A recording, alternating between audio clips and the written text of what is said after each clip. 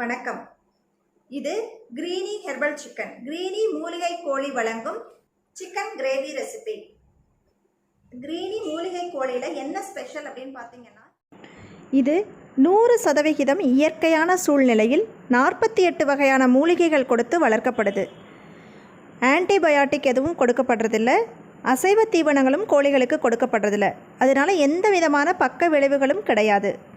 இதில் ஒமேகா 3 அதிகமாக உள்ளது. அதே மாதிரி புரோட்டீனும் அதிகமாக உள்ளது.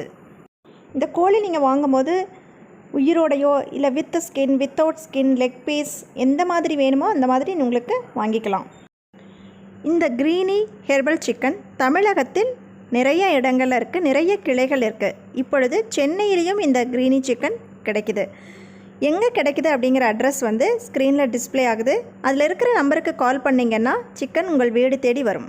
வாங்க, இதுக்கு 2 டேபிள் ஸ்பூன் ஆயில் ஊற்றிட்டு அதில் 2 கப் சின்ன வெங்காயம் அல்லது பெரிய வெங்காயம், 1 இன்ச் இஞ்சி, 10 பல் பூண்டு, இது எல்லாத்தையும் சேர்த்து வெங்காயம் நல்லா பொன்னிறமாகிற அளவுக்கு வதக்கிக்கணும். வதக்கினதுக்கப்புறமா ஆற வச்சுட்டு அதை மிக்சியில் போட்டு நல்லா ஃபைன் பேஸ்ட்டாக அரைச்சிக்கோங்க. அரைக்கும் போதே கொஞ்சமாக திக்னஸ்க்காக பொட்டுக்கடலை 1 டேபிள் ஸ்பூன் சேர்த்துக்கலாம்.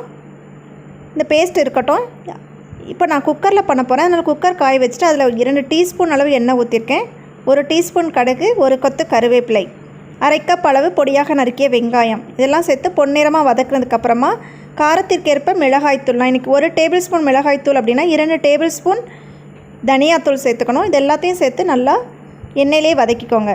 நல்லா வதங்கினதுக்கப்புறமா கழுவி வச்சுருக்கிற சிக்கனையும் நம்ம அதோட சேர்த்துக்க போகிறோம். சிக்கன் சேர்த்துட்டு ஒரு 5 to 10 மினிட்ஸ் அந்த சிக்கனை போட்டு அந்த இதில் பிரட்டிகிட்டே இருக்கணும். அப்பப்போ மூடி வச்சு கூட குக் பண்ணலாம். ஒரு 10 மினிட்ஸ் இந்த மாதிரி இருந்ததுன்னா சிக்கன் அந்த மசாலாலாம் நல்லா பிடிச்சிக்கும். ஒரு 10 மினிட்ஸ் ஆகிடுச்சு. இப்போது அரைச்சி வச்சுருக்கிற பேஸ்ட்டு, தேவையான அளவு தண்ணீர் எல்லாமே சேர்த்துக்கணும். தேவையான அளவு உப்பும் இப்போ ஆட் பண்ணிக்கலாம். அதே மாதிரி கரம் மசாலா ஒரு 1/2 டீஸ்பூன் அளவு கரம் மசாலா சேர்த்தா போதும். கரம் மசாலாவும் சேர்த்துட்டு நல்லா மிக்ஸ் பண்ணிவிட்டு குக்கரை மூடி போட்டு மீடியம் ஃப்ளேமில் வச்சு 2லேருந்து 3 விசில் விட்டிங்கன்னா நமக்கு குழம்பு தயாராகிடும். இப்போ 3 விசில் விட்டு எடுத்தாச்சு. குழம்பு தயாராகிடுச்சு. பாருங்கள், குழம்பு சூப்பராக இருக்குது. ஈஸியான சூப்பரான சிக்கன் குழம்பு தயார். இந்த ரெசிபி உங்கள் எல்லாருக்குமே பிடிச்சிருக்கும்னு நினைக்கிறேன். நீங்களும் கிரீனி ஹெர்பல் சிக்கன், கிரீனி மூலிகை கோழி வாங்கி இந்த ரெசிபியை ட்ரை பண்ணி பார்த்துட்டு எப்படி இருந்ததுன்னு சொல்லுங்கள். தேங்க்யூ.